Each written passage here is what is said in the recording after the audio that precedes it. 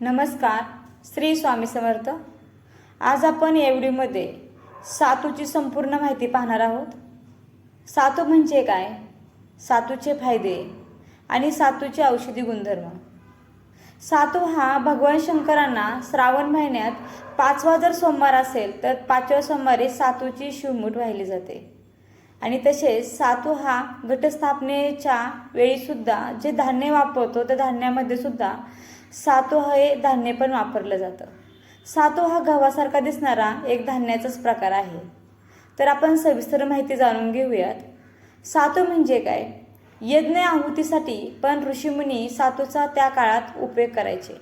म्हणजेच प्राचीन काळापासून याचा उपयोग आहारात केला जातो.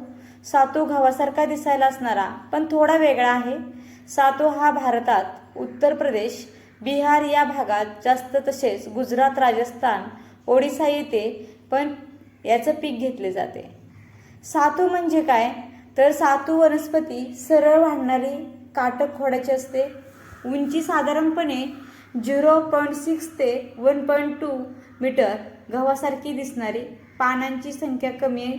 पाने एकाच्या वर एक सरळ रेषेत असणारी आणि ध्वजपर्ण ओंबीच्या जवळ असते. ओंबी 5 ते 6.25 सेमी लांब आणि घट्ट असते.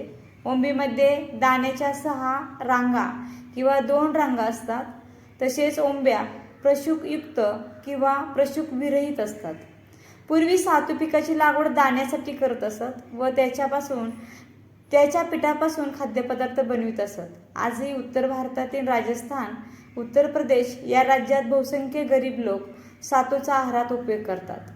कधीकधी गव्हामध्ये सातूचे धान्य मिसळून एकत्र पिठात भेसळ करतात.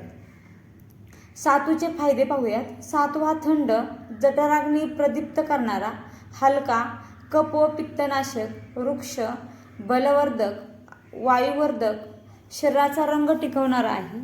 तसेच सातू हा कफ, घशाचे रोग, त्वचेचे रोग, पित्त, मेद, सर्दी, दमा, रक्तविकार इत्यादी रोगात गुणकारी आहे.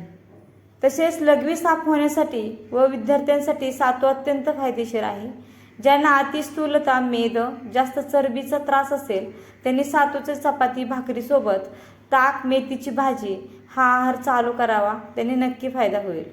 मधुमेह असणाऱ्या लोकांना सातूच्या पिठाची चपाती किंवा भाकरी अधिक चांगली असते आणि यामुळे शरीरातील शुगरचे प्रमाण वाढत नाही.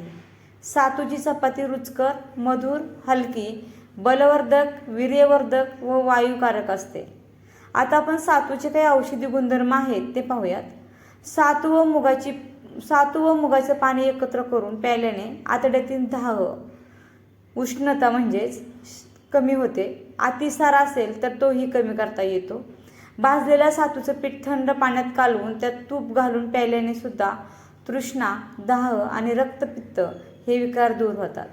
सातू जाळून तिळाच्या तेलात घालून जर त्याचा लेप केला तर भाजलेल्या जखमा बऱ्या होतात. भाजलेल्या सातूचं पीठ आणि ज्येष्ठ मधाचं चूर्ण धुतलेल्या तुपात मिसळून त्याचा लेप लावल्याने सुद्धा त्वचा रोग बरा होतो.